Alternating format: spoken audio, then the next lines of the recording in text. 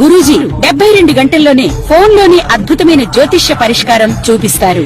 నమ్మండి, నమ్మకపోండి, ఇది నిజం. శ్మశాన కాళి రుద్ర చౌడీదేవి ఆరాధకులు నంబర్ 1 వశీకరణ స్పెషలిస్ట్ గురూజీ.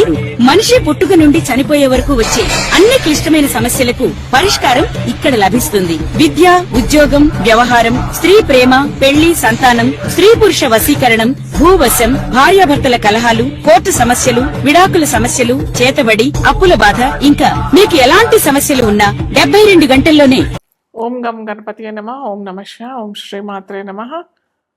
హయగ్రీవాయ నమః. అందరికీ నమస్కారం. పరాభవ నామ సంవత్సర శుభాకాంక్షలు అందరికీ, ప్రేక్షకుల మహాశయులకి. అయితే ఈరోజు మనము డిస్కస్ చేసుకునే టాపిక్ ఏంటంటే శని అస్తంగత్వం. అయితే ఈ అస్తంగత్వం అంటే ఏంటో చాలామందికి తెలియదు. అయితే ఏ గ్రహమైనా ఒక రాశిలో 30 డిగ్రీల వ్యాపకత్వంతో ఉంటుందన్నమాట. అది రవైనా సరే, 9 గ్రహాలు, మిగతా గ్రహాలైనా, అష్టగ్రహాలైనా కానీ 30 డిగ్రీల పరిమాణంతో కలిసి ఉంటుంది. అయితే ఏ గ్రహమైనా రవికి అతి సమీపంలో, దగ్గరలో వచ్చి ఆ వచ్చిన గ్రహం కనుక అతి సమీపంలో అంటే చాలా దగ్గరగా వచ్చేసేసి ఆ గ్రహం రవి నుంచి 10 డిగ్రీల లోపల అంటే ఉదాహరణకి రవి 20 డిగ్రీలలో ఉన్నట్టయితే దానికి సమీప గ్రహము 20 డిగ్రీల లోపల అని అంటే ఒక 15 డిగ్రీలు లేదా 22 డిగ్రీలు, అంటే అటు 20 డిగ్రీల నుంచి 30 డిగ్రీల లోపల అంటే 10 డిగ్రీలు వస్తుంది కదా. అలాగే 10 డిగ్రీల నుంచి 20 డిగ్రీల లోపల ఏదైనా గ్రహం, అంటే ఉదాహరణ తరఫున నేను చెప్తా ఉన్నాను, ఆ గ్రహం కనుక వచ్చినట్టయితే అది అస్తంగత్వం పొందినట్టుగా మనం జ్యోతిష్ శాస్త్రంలో పరిగణిస్తాం. అయితే ఇప్పుడు మనకి శని మీనరాశిలో సంచరిస్తుంది, ఆ సంగతి అందరికీ తెలిసిందే. అలాగే శనితో పాటు రవి అంటే సూర్యుడు కూడా సంచరిస్తున్నాడు. సో ఈ శని రవి సూర్యుడికి అతి సమీపంలో వచ్చింది. ఈ వచ్చిన ఈ దాన్ని మనం ఏమంటామంటే ఇంతకుముందు చెప్పుకున్నాం కదా, 10 డిగ్రీల లోపల వచ్చినట్టయితే దాన్ని అస్తంగత్వం పొందుతుంది అని అంటాం. సో ఇప్పుడు శని రవి అతి సమీపంలో 10 డిగ్రీల లోపల మనకి రవి సంచారం శని పైన మీనరాశిలో జరుగుతుంది. అది ఏ సమయంలో ఉందంటే మార్చి 8వ తారీఖు నుంచి ఏప్రిల్ 22, 2026 దాకా ఈ సంగత్వం, ఈ రవి సంచారం అనేది జరుగుతూ ఉంది. సో దీనివల్ల ఏ రాశుల వారికి ఎలాంటి పరిణామం ఎదుర్కోగలుగుతారు, ఎలాంటి సంఘటనలు ఎదుర్కొంటారు, మనము ఒక్కొక్క రాశిగా మనం చూసుకున్నట్టయితే, ముఖ్యంగా ఒక గ్రహం అస్తంగత్వం పొందుతుంది అని అంటే దాని యొక్క కారకత్వాలు, అంటే దాని యొక్క ఫీచర్స్ అన్నీ దెబ్బతింటాయి. అంటే రవి ఉదాహరణకి మనము ఒక బంతి పెట్టామనుకోండి, ఒక బంతి పెట్టి పెద్ద బంతి, దాని పక్కన ఒక చిన్న బంతి వచ్చిందనుకోండి, ఈ బంతి నీడలో ఈ చిన్న బంతి కనిపిస్తుందా? కనిపించదు కదా.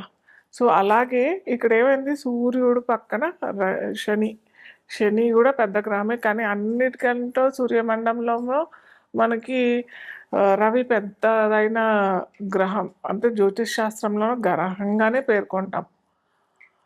అయితే ఈ సూర్యుడు శనిని దగ్గరగా అతి సమీపంగా వచ్చి ఆ శని కారకత్వాలన్నిటినీ తనలోని నిగుడుకించుకుంటాడు కాబట్టి దీన్ని మనం అస్తంగత్వం అని పేర్కొంటాం. ఆ శని కారకత్వాలు అంటే ఏంటి? శని అందరికీ తెలిసిందే. కర్మకారకుడు, వృత్తికారకుడు, మన యొక్క కర్మాలన్నిటినీ దహింపజేసేవాడు శని. ఆ శని కారకత్వాలు ఇప్పుడు ఈ 40 రోజుల్లో అస్తంగత్వం పొందుతుంది. అంటే ఆ కారకత్వాలన్నీ కొద్దిగా తగ్గిపోతాయి. దీనివల్ల ఏమవుతుంది? దీనివల్ల ఏ రాశికి ఎలాంటి ఫలితాలు వస్తాయి? అది మనము ఇప్పుడు ఒక్కొక్క రాశిగా మనము చూసుకుందాం. కుంభలగ్నం లేదా రాశి వారిని చూసినట్టయితే కుంభరాశి అధిపతి ఎవరు? మనకి ఇక్కడ శనిశ్చరుడే. శనిశ్చరుడే ద్వితీయంలో రవితో పాటు అస్తంగత్వం పొందాడు.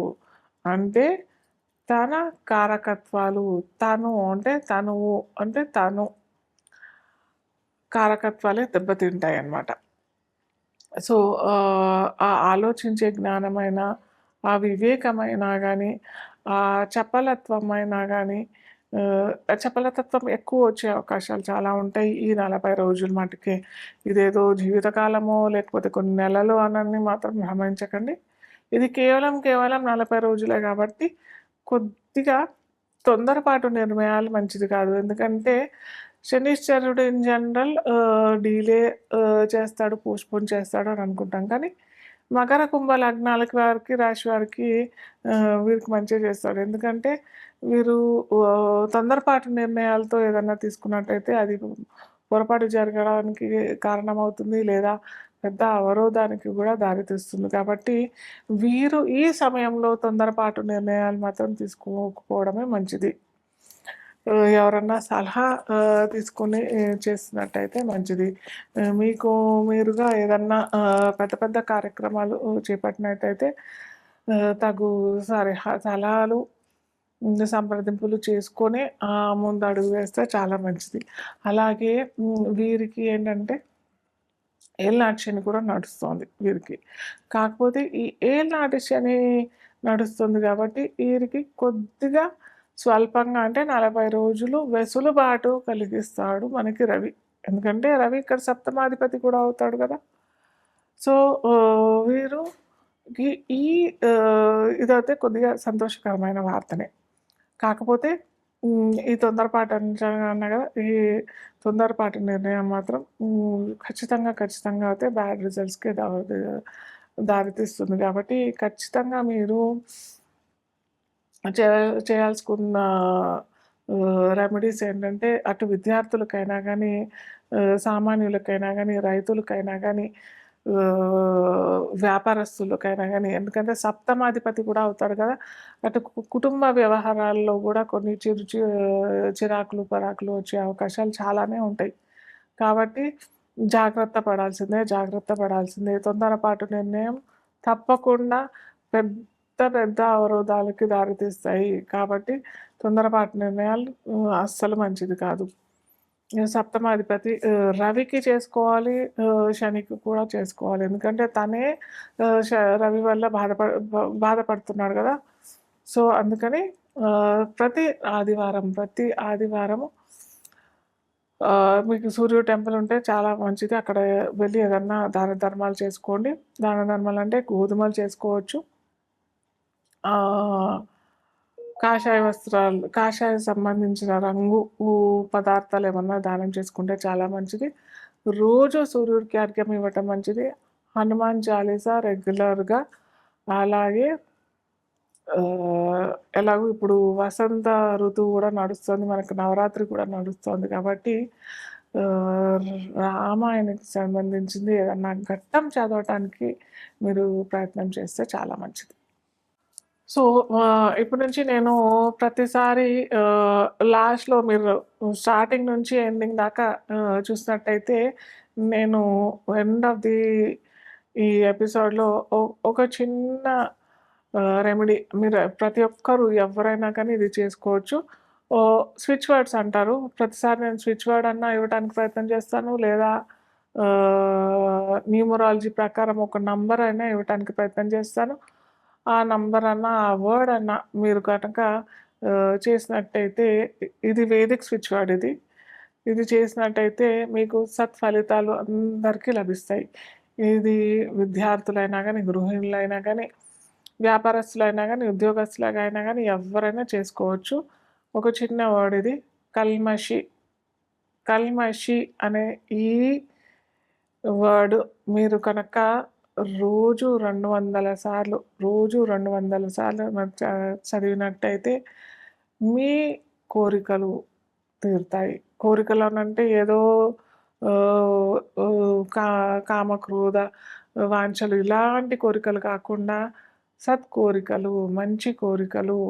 మా పిల్లలు ఉన్నతిగా రావాలి, లేదా నాకు వివాహం కావాలి, లేకపోతే నాకు ఉద్యోగం కావాలి.